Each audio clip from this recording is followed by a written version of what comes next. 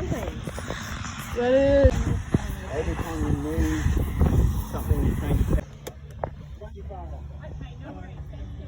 on both tanks. So to put the fuel on, because the fuel has to run from the tanks down a pipe into the engine here, think of these as being in line with the pipe if they're on. So when they're like that, the fuel is on. When it's turned like that, it's cutting off the fuel supply. So both fuel tanks are on. Okay. Electrical power to the aircraft. Yep. This key just goes in there and we turn it just until this red light comes on. Because if I turn it again, the prop will turn. So you just turn it until that light's on. Yep. Now we've got some electrical power. We'll turn on the electric fuel pump, which is here. And here's the fuel pressure gauge. We want to see this needle move up. Yep. Around 0.4 is good, and stabilise. Once it's stabilised, we'll turn it off. Let's just put some fuel into the system. We won't need the choke today, it's so hot. So we'll set the throttle 2 millimeters in. So I bring it all the way back, and then I just push it in 2 millimeters. Ignition switches both on. So there's 2 ignition systems because each cylinder has 2 spark plugs. So we have a backup, that's why we have the 2 separate systems.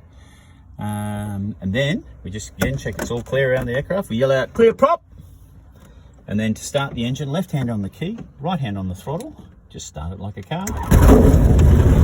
Once it starts, bring it up to 1800 to 2000 RPM.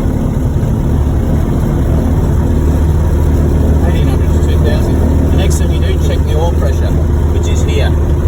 If that was reading 0, you have to shut the engine off straight away.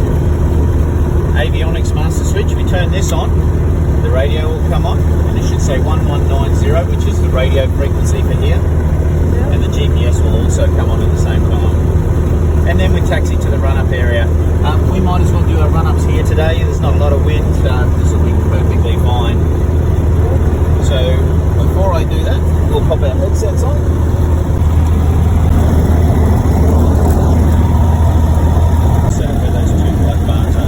Both the bolts are blind, but it doesn't matter as long as I move it until that switch here. So as long as I move that until the light goes down, there it goes, that's it. It's in the position to take off. Now we're going to set the flaps to take off. Here's the flap lever, spring load, so if you let go of it, it springs back to the middle. Here's the flap gauge. We're going to press it down until we get to where it says TO, and then let go. So that's set to take off. Also the flap lever will do now.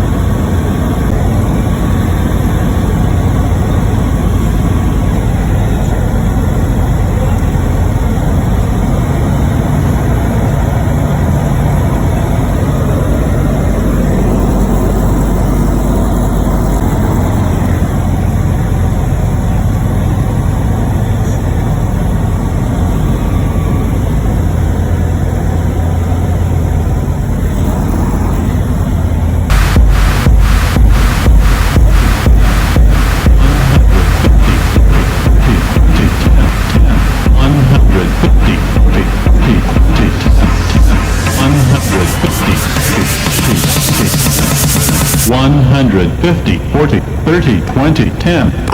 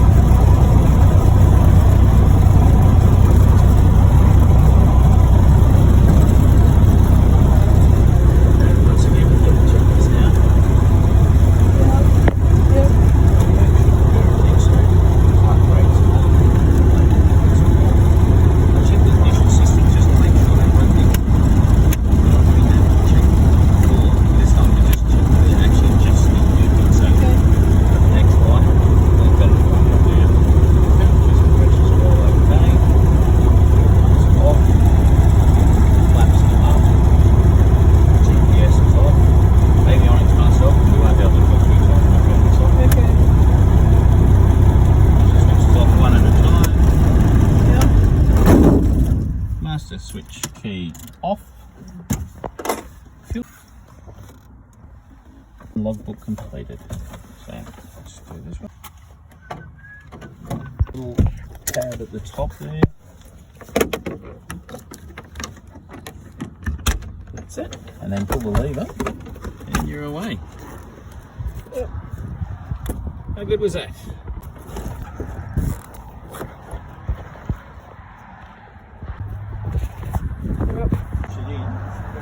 But it's really well balanced. Knows what comes up. Yep. I literally just walk around with it until the tail's pointing in the right direction.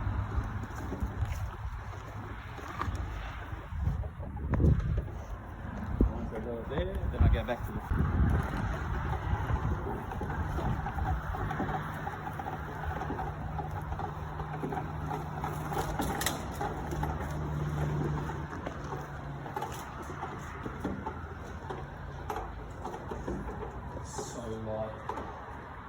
Say, if you can fly these, you can fly anything.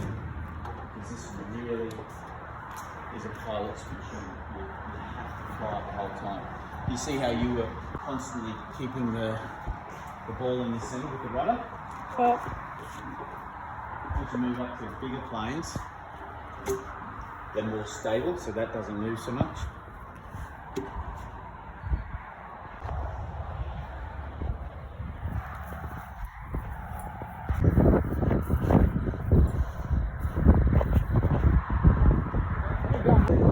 All good. Thanks, mate.